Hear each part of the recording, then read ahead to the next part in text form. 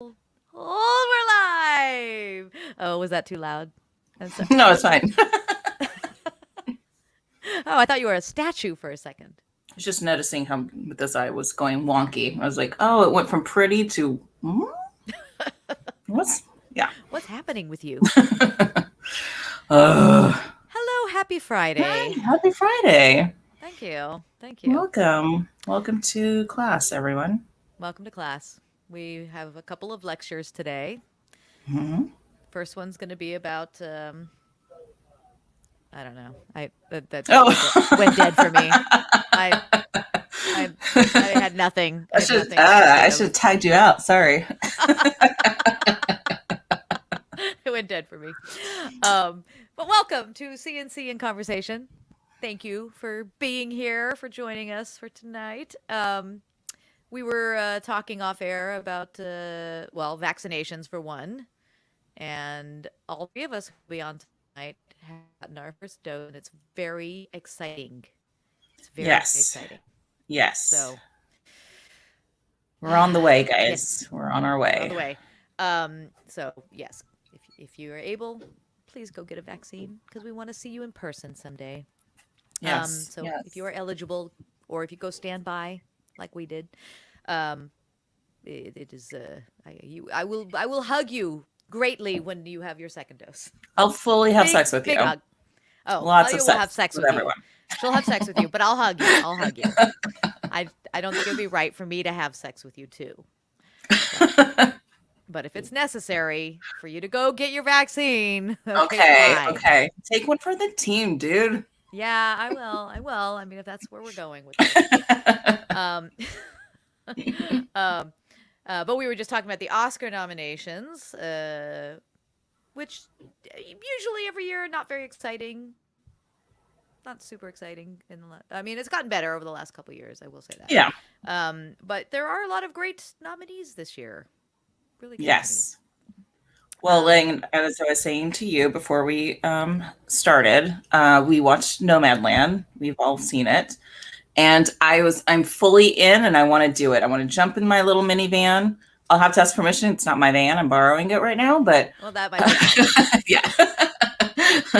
But it is a van and I'm It is a fully van. committed. I'm like, I'm ready. The movie made me want to go and join Also, that that van, community. I don't know if that's the right one for you because that van will make you look like a murderer. But isn't that kind of the aesthetic? I don't know. No, I they all mean, had white vans in the they all movie. had white vans. They Yeah. took very good care of them. Remember, there's that whole, I mean, we're not, this is not a spoiler necessarily, but there is that whole scene where, she tells her that she's not taking care of her van. She needs to take care of her van Yes. better. So, Oh, by the way, that scene broke me. There's not don't very spoil it. much. I'm not going to say anything. I'm just saying there's not a lot of dialogue in the movie, and then there's just this one beat between those two characters, and I just went. That's what got me. I was like, Yeah. yeah, It really was beautiful. yeah. Yeah, it's a beautiful movie. It really is. Melancholy.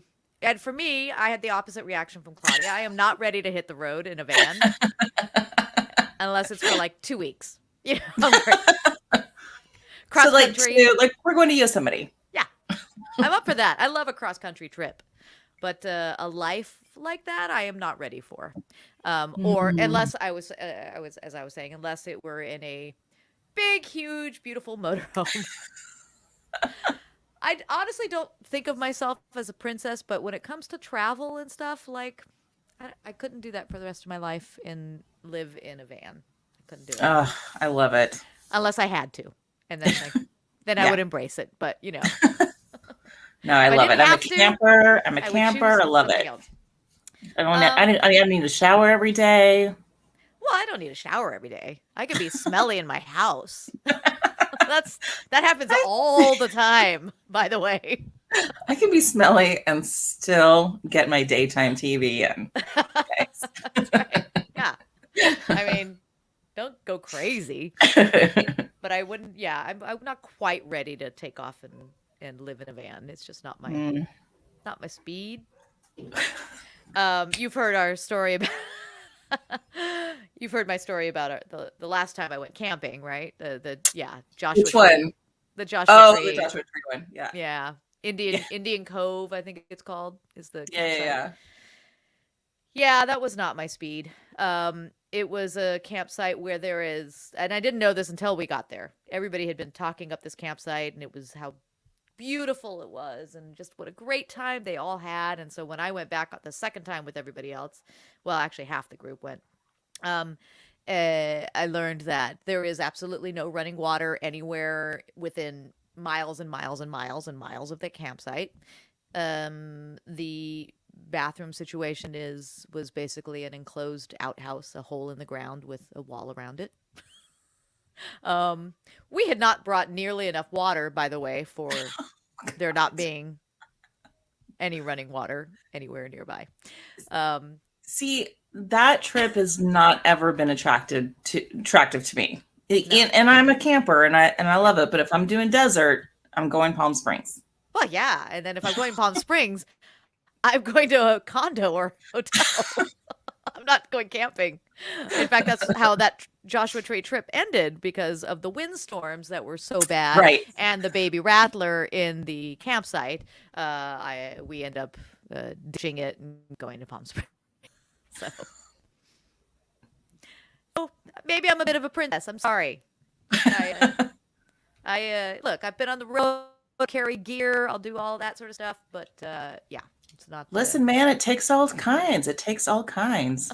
That's right. That's right. Anyway, should we bring our guest on? I think we should bring our guest on. Yeah. All right. Maybe he has something to add to the camping. Let's see. We have a very dear friend of mine, of my family's, and an excellent comedy writer who has written on pretty much anything you can think of. We'll discuss a lot of it. But this is And he's actually my nemesis. Oh yeah, Claudia's nemesis, Jay Kogen. Claudia! See? What did I tell you? What did I say? Oh, I knew this was going to go bad. Hi, guys. Hi. Jay. Hi, C and C. That's right. C and I C. hope you don't Which mind which C was first. Well, that's what I was just going to ask. Which C was first? I think you couldn't tell by the way I said it, then something's not coming out right. Thanks, Jay. Sure. And what comes first, the C or the C? Exactly. I mean, That's right. Why did the C cross the road? Happy Friday to you both. happy Friday. Happy Friday to And you. congratulations on your getting your many vaccines. Yeah, and to you. Yes. To you. Ugh. Yes. I'm Are excited. you relieved? Are you feeling relieved? Yes, I am. I mean, I definitely have been. I've been cooped up. I don't go out. We don't have social distance lunches and dinner. We don't do backyard gatherings. We don't have.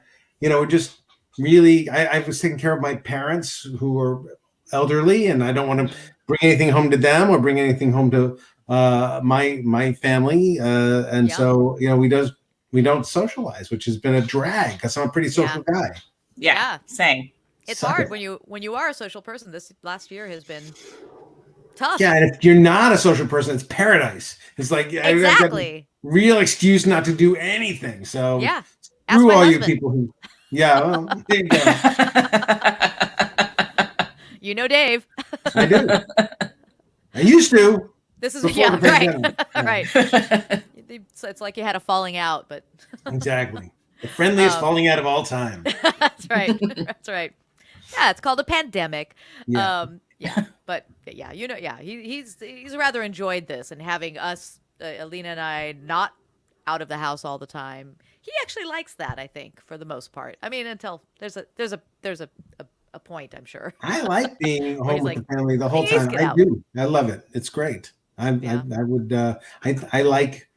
I like knowing where everybody is. I like all that stuff. I don't like it when people are pissed at me, but other than that, it's pretty good. It happens. Oh my God. Yeah, it definitely happens. I'm pissed at you right now. I know. And always. Well, And But you Claudia, see, our nemesis relationship, there's a kind of a spark there too, so you can't deny that. That's true. That's why we're That's nemesis. true. Yeah, how it always is with the nemesis, isn't it? exactly. Yeah. Yeah. Two sides of the same coin. But I don't. I know you guys were talking about these movies, the Academy Awards, and all Yeah. that. And my question to you is, who cares? Like, what is the Academy Awards when you saw these movies on the same box that you watch reruns of The Office? It's true. And It like is here's true. the thing. It's weird because it's weird. It's annoying because SAG is still sending screening discs. They're still sending discs. When we've And, like, already seen everything. It's all online. Yeah. And I don't understand that waste. And then you are not supposed to throw them out. You can tell SAG to stop sending them. I told SAG, I'm a member of SAG. I told them to stop sending me those discs. Well, And I just don't pay my we dues on will. time, so they don't send them to me. well, see, that's the problem. We do pay our dues. We paid our dues, and all three of us in this household are SAG members, so Right. we're getting triple of everything. Yeah, So I got- next year, I'm a member of many different unions that would send me many different. yes, I'm sure. Yeah. But I have not. I've tried. The only one that continues to send me stuff is the Writers Guild, even though I begged them to stop sending them. Really? Yeah. I just in this day and age, I sound really old now. In this day and age, I don't understand why it's not all streaming. I just don't. Some people don't have the Netflix or whatever. I mean, a lot of older voters, if you gave them a number and a link, they would just go, huh? And then That's true. I guess if I thought about if my mom were a voter, she'd never see anything if that were right. the case. And you want the votes because you desperately want people to nominate your movie so that you can squeeze more money out of people. But Yeah. that is not. But again, why if it's already on Netflix? Like, in other words, it's not people going to the theater to No. spend more money or rent it or whatever. I still No. haven't seen the Tom Hanks one. The News Oh, of the yeah. World, because it cost $29 to rent it or whatever it is. I was like, I'm not paying that yet. You know what? It's funny you should say that because we have rented some of those movies for the full price because I was, you think, well, if you went to the movies, it would cost for the three of us. How much would it cost? It would cost us, all in probably closer to $45, $50. Well, yeah. Sure. And then you add in your $10 soda and $50 popcorn. And Are you cutting in and out, Chrissy? Are you cutting in and out? Am I? Yeah. Yeah, a little bit. Shit. God damn It's it. okay. It's okay. It's all right. All right. Maybe it's what you have to say. If you had a Oh. stronger point of view. Maybe that's it. Yeah. Yeah. I'm wrong. I'm just wrong. I'm wrong. Yeah, I don't know. But I agree with you that you'd spend less money, but it's different going to the movie theater and having that different experience in a crowd. And I would like that. I would like to watch a movie where people weren't constantly walking past and my family wasn't, taking phone calls and stopping and sort of arguing with each other. Like, just love the movie. Yeah. Yeah. It's true. Yeah. It's true.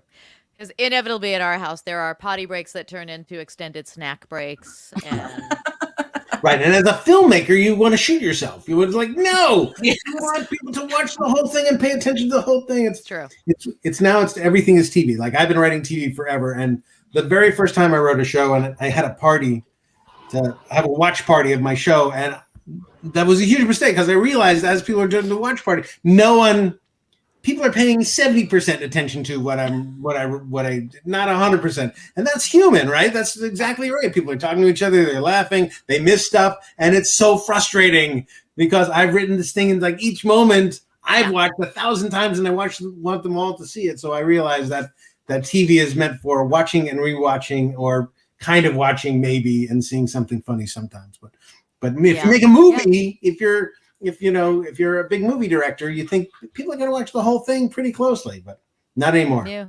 No. It's over. Nope. Not more. Yep. But I think And what was go ahead. Okay. No, Okay. you were going to continue what he was saying. I was just going to say, I think, we're close. Theaters are opening. Not that I'm going to go to one anytime in the near future, but they are opening. And I think we're going to, next year there will be all, or the rest of this year, there will be movies in the theaters that will feel more like an event again, Finally see Tenet. Uh, what was that first show? What was your first show? The first thing I ever wrote that got on TV was the Tracy Ullman show. And that was a very long time ago.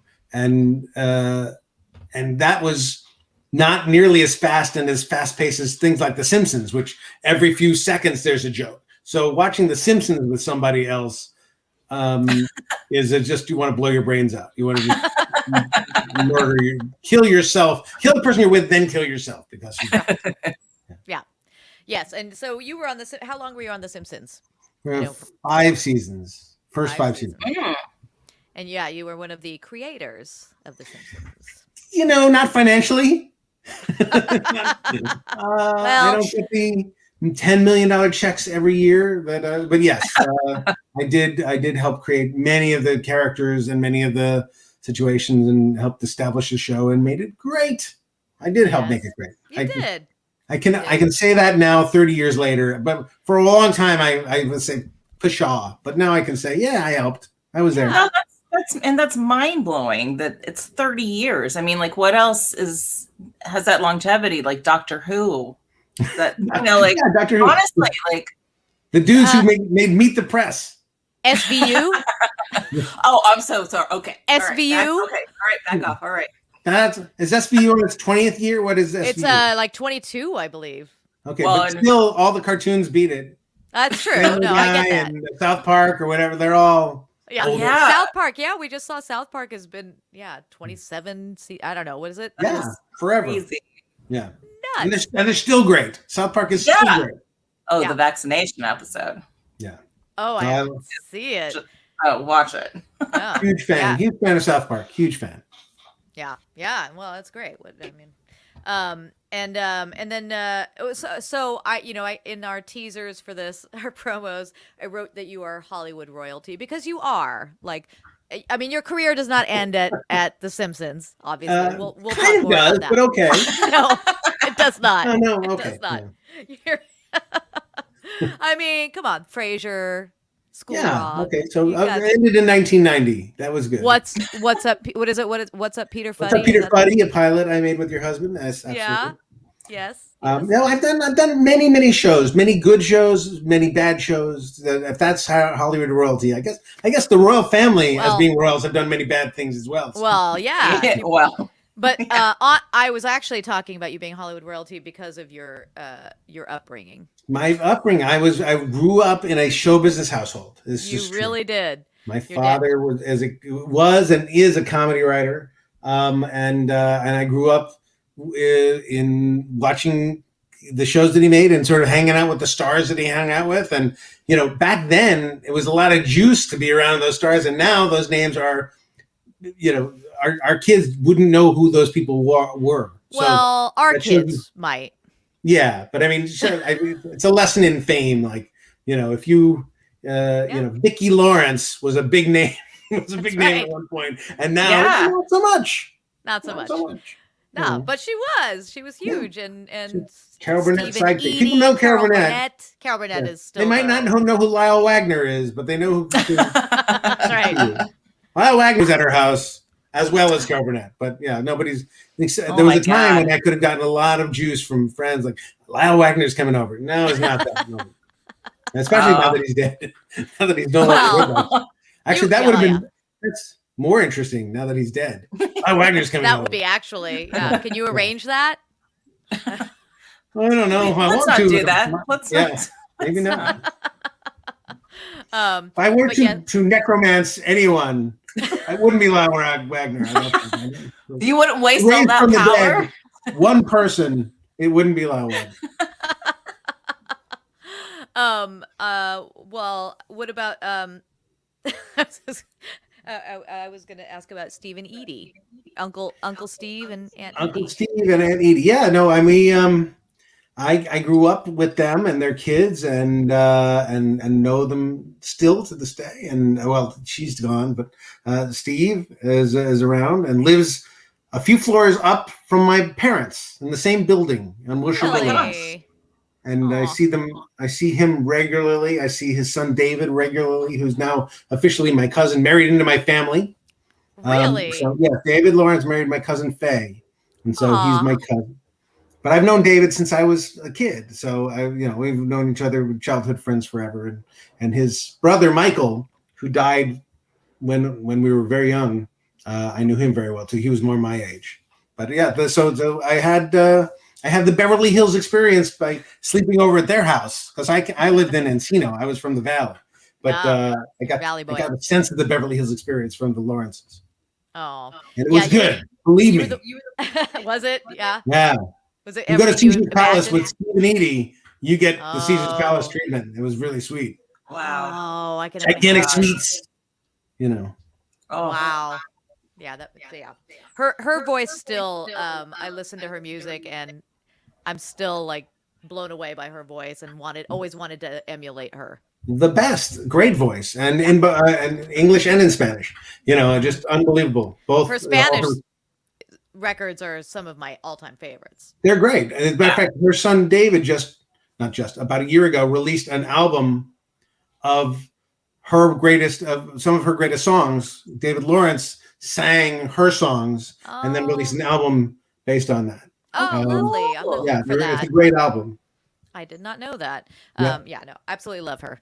And you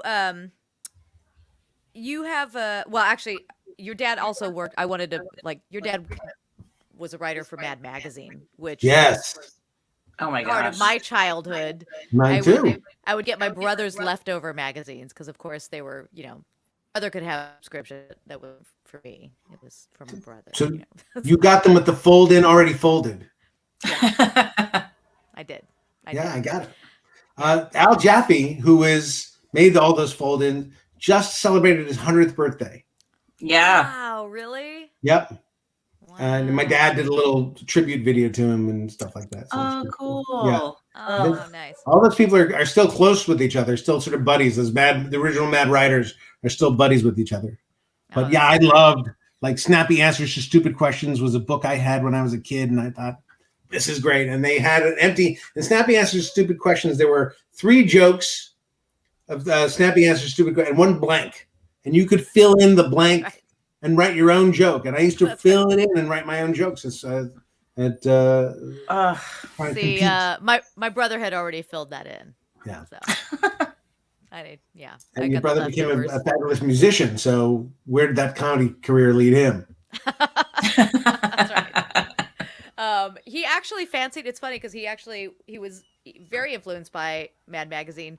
He did draw cartoons as well. He drew his own comic strips, and so he was actually pretty funny, and it was very influenced by Mad Magazine. Yeah, me too. By the way, I thought Mad was great. I mean, Sergio Aragones is by far my favorite of the Mad guys. Yes, and still to this day, I think the funniest guy of all time and one of the nicest guys.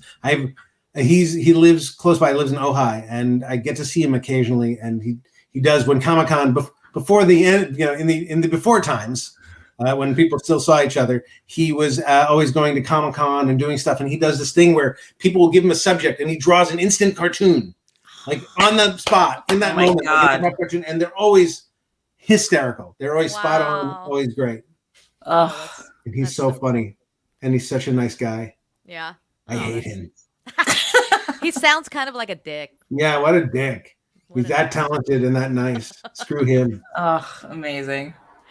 And so our kids both got to be on one of your shows together. Yes, but it was a pure coincidence that our kids got to be together on a show that I executive produced. I don't know how that happened.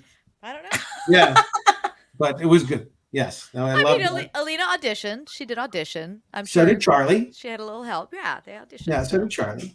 But they were good. I loved having them on the same show, and I loved seeing them. And they're both growing in and have grown into incredibly talented. I mean, they were always talented, but they're what show? People. This was School of Rock. Oh, okay. Nickelodeon show School of Rock. Now, Alina had been regular on other TV shows and really has sort of she was stepping down to do my show. Well, my Not son was true. stepping up to do my show. So it's Well, it's funny though because it was such a different experience for her to do School of Rock than it was to do, she'd been working on The League and working on a Nickelodeon show as opposed to an FX show. Just a very different style. The style was very different, which she was not prepared for. And it was actually really fun for her to have all those kids around because she was always working around adults. Right. So it was great for her to have that experience of being with the kids, but the style was very different, and she was like, I don't know, how do I do that? Right. Well, you stretch a little bit, ham it up. I don't know. I don't know what the style was, but yes, whatever that style was.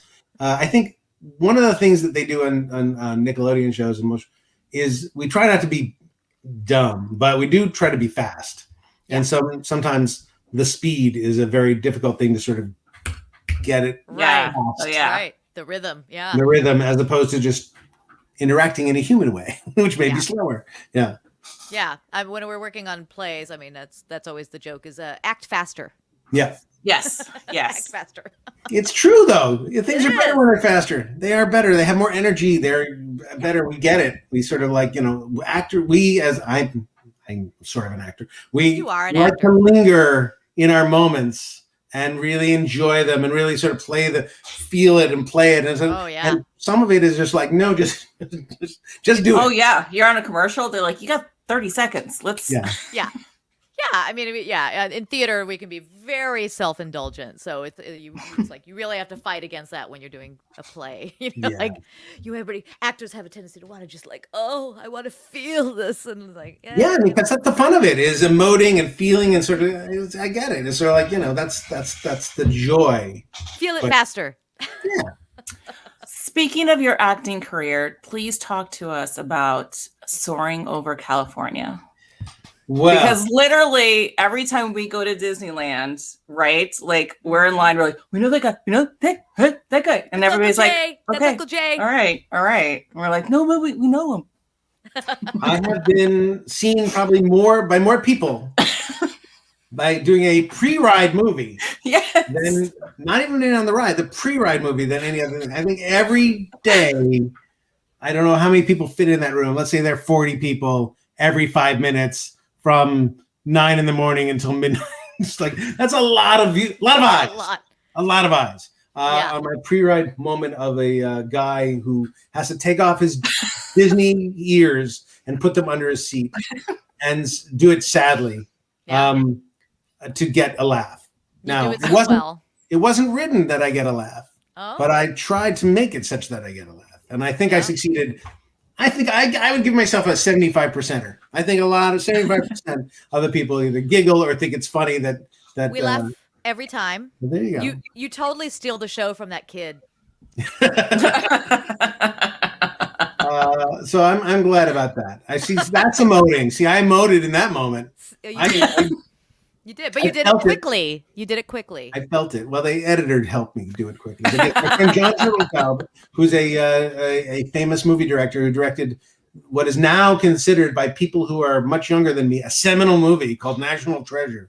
He directed National Treasure, and people say, National Treasure, that changed my life. And I went, really? It changed your life? People love that movie. People love that, especially people who are 30 years old or younger, like that. Love that. And then when I can tell them that I know the director of National Treasure, they wig out. But anyway, he brought me in to do that just for the fun of it. I got paid $200, and that was it. But it's still playing all these many years later. Right, $200. I went to China. We went to Shanghai to Disneyland there, and went on their Soaring over California ride. Soaring over the world, and there's a pre-ride movie that's not me. It's a very strange, interesting Chinese witch and a bird, and the bird talks to the witch, and that's their pre-ride movie. That's great. Wow. There is a Chinese, a Chinese man who does take off mouse ears, and at a certain point during this whole thing, it's not me, and I don't think he gets my laughs, but I'm just saying. It's not a knock against him as a Chinese person, especially now. No, I'm not just saying. no. I'm just saying that that just as actor to actor, laugh to laugh. Yeah. Yeah. It's fair. That's fair. But it is a great legacy, like to be in that I'm park surprised forever. it's still being used. I mean, you'd think that they would replace it, or that the ride would be done. Yeah. Like the Carousel of Tomorrow, the Carousel of Progress is not. You can't go on that ride anymore. No. Well, you can't go into Bugs Land at Disneyland anymore at California Adventure. Wow. That's not. No. That's gone. Bugs Land. What did it become? Oh. That's where they're putting all the Marvel stuff. Okay. Hello. Great. Hello. Okay. Yes, that's where we they're lost you putting for a all the second. Marvel stuff is going there. But they took the ride though. What's Dave's character's name? Flick. The ride? Flick. Flick the end. Flick. They took that ride, and it's now the Inside Out. Remember? Oh yes. The Inside Out ride. Right. The mechanics are the Inside Out ride. Yeah. Yeah. Yeah, but it's okay. So, but his likeness, his visage in the trash can somewhere. Yeah, somewhere. Right. No more voice in the bathroom. I mean, that used to be the worst of it. Really, is we'd go in and take a potty break in Bugs Land, and you'd hear Dave like, "Hey, folks, don't forget to wash your hands," or whatever it is. Right. How prophetic. That's right. Right? I know. Right? Yeah, I mean, back when it was just hygiene, now it's life-saving. I should have listened. Yeah. You came on our podcast, not our podcast. Don't say with Paul and Dave podcast, and told a story about BB King that I would love for you to tell. All right. Well, this is a true story of BB King punching me in the stomach. So now, how did blues legend BB King punch a young 19-year-old Jay Kogen in the stomach? You might ask. How do we get into in fisticuffs? Him and a Jew from Encino? Well, I'll tell you. As a young man, I was trying to get into show business because I thought show business would be a pretty cool career. So I did anything in show business. One of which was I was a PA on a lot of shows, and as soon as I could learn to drive, I would try to be a PA on a show. And I forget how I got this gig, but I was given a gig on one of the first American Music Awards. So it was Dick Clark Productions and the American Music Awards, and one of the first ones. And I got to meet a lot of really cool people, and John Cougar Mellon. I got to meet a ton of people, and wow. I insulted Reba McEntire by mistake. That's a different story. But oh no, that's next. That's there. That's yeah, next.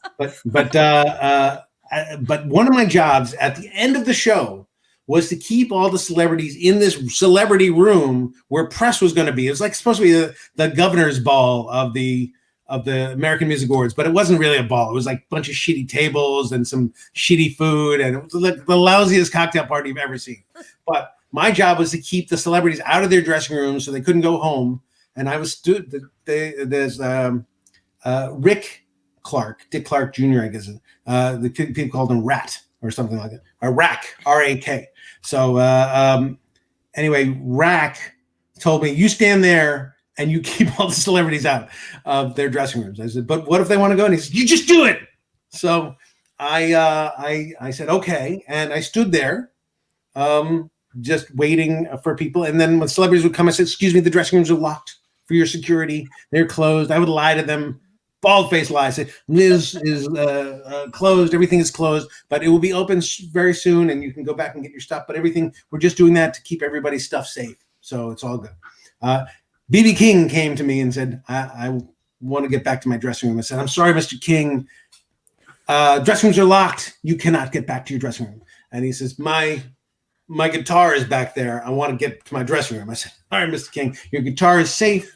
It is, of course, as all things, but they will open the dressing rooms a little bit and you can get your guitar. Like, I'm going to get my guitar in my dressing room.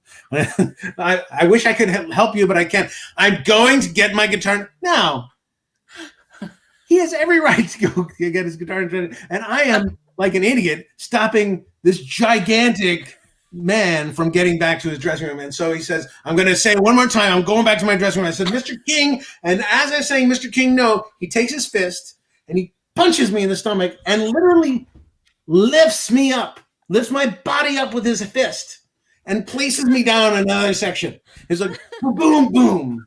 He pushes me with his fist up in the air and down on the floor.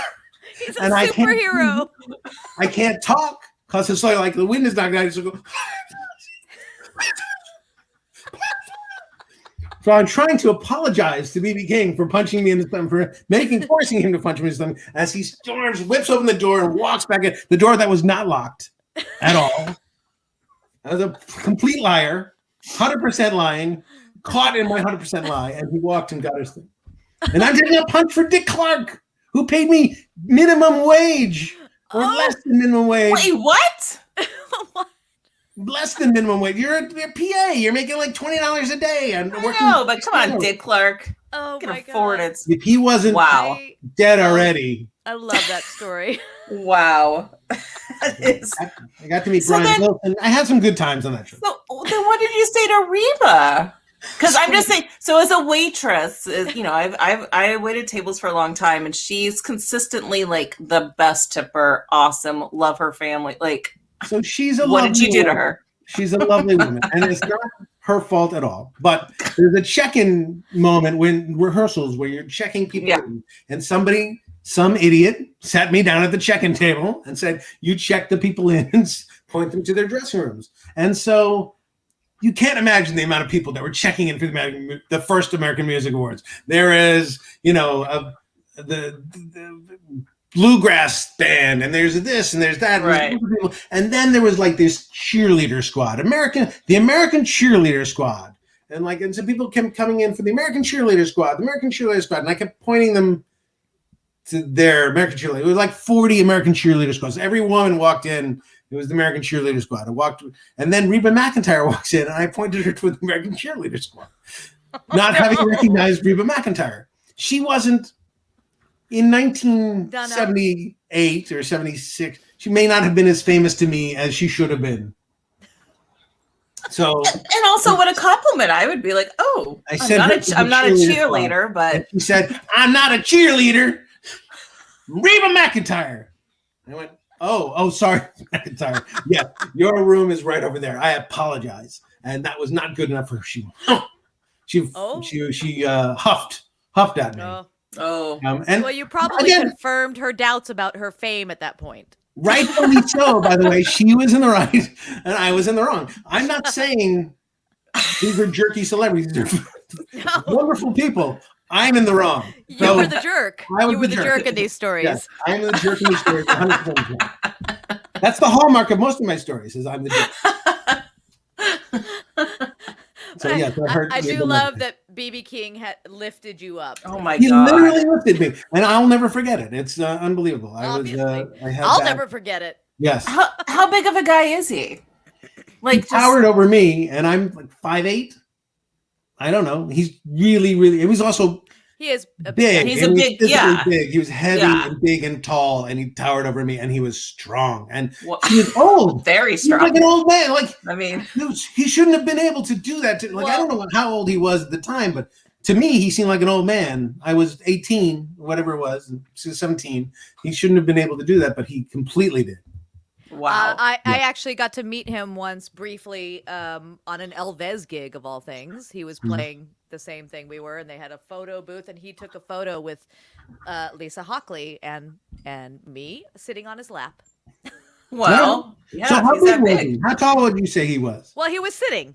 Yeah. So I don't know, but he was a big guy. He was definitely a big guy. Santa style. All right. Both of us. Yeah, it was like. Was it just a Santa Claus? You just pretty much showed up and we both fit comfortably on his lap. And we were wearing our little sombrero bustiers. Oh yes, he quite enjoyed those. I'm sure.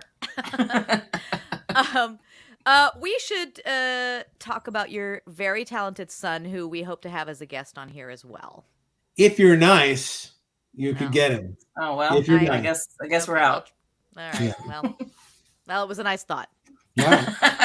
Yeah, my talented son Charlie, who is a singer-songwriter, but sort of on pause while he suffers the indignities of spending a college year online. Awful. But he's actually teaching a songwriting class. Today was the final day of his songwriting class that he was teaching at Stanford University. Teaching? Oh, wow. Yeah, teaching. He's teaching the class? That's amazing. Jesus. But he's always been a prodigy. He's like he is always a prodigy. But so he's been this wonderful kid. His musical style sort of hits my spot exactly. I don't know if it hits the spots of his peers in the same way. But he when he performs, kids come out at his age and love it. But it's so musical, and so it's so melodic, and it's musical. very like early Billy Joel is what I always liken it to, Billy, and I love that. By Billy Joel and by James Taylor and by grill building people and by Burt Bacharach and by all these people. Not that he doesn't also enjoy music that was made in this century, but which he does. But his style has always been sort of music and lyrics, smart music, smart lyrics, and he likes he holds people like Randy Newman high, and like I say, Burt Bacharach and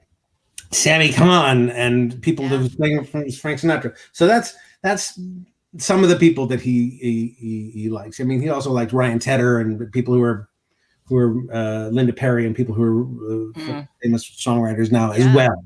But melody and lyrics are his thing. And so he's been writing music and singing songs since he was 10 years old, and really good stuff and stuff that shockingly mature for his age. And now that he's maturing in a real way, he's still writing it and still hitting the mark and finding his voice and singing about his own experiences and experiences that he'd like to have. And also writing songs in character, like his grandfather and his father does. Like we write about characters, so does he in music. And so you never know what's been a life experience of his or just something that he made up and thought it was a life experience. But so he's recording here. We have a music studio in the back of our house, and he's recording some stuff, and we've been encouraging him to record. Like, don't be so fancy, just press the button, record, just like everybody does. And he's a bit of a perfectionist and doesn't love doing that, but he did it for a few videos, and one of the videos is something that I sent to Chrissy earlier today. That it's a song that he sang. I don't know, this may have been 9 months ago or whatever, but anyway, I still love this song, and I love how he sings it. Yeah, well, I'd love to share it with everyone. The song is called "More Than a Muse," not like amused, but amused like a Greek muse, more than a Greek muse. A muse. Yeah, more than a muse. Okay, well, here we go. This is Charlie Kogan, everyone.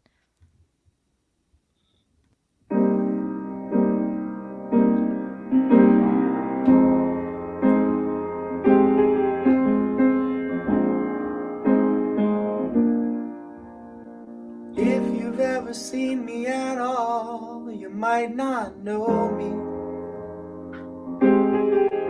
It might take you a couple of tries to walk in my shoes, but maybe if you gave it a chance, it'd be more than a glance you'd show me. It's you I'm looking for, and I want you to be more than a muse. If you've ever known me at all, you might not love me. I might be the one you have around, but not the one you choose. And if you're judging books by their covers, there are so many lovers above me. But it's you that I adore, and I want you to be more than a muse. In loneliness, a stranger's eyes are never blind. In loneliness, a stranger's heart is never kind. And alibis will never give me peace of mind. Oh,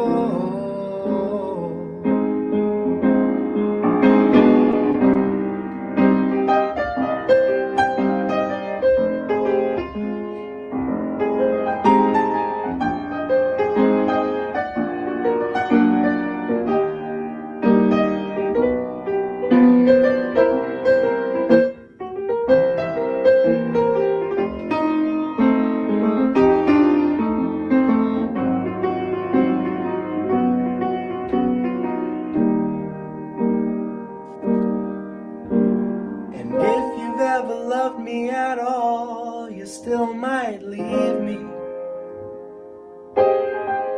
And maybe it's affection I'd win and myself I lose. But maybe then you'll see who I was, but it's only because you grieve me. Don't know what lies in store, but I want you to be more than a muse.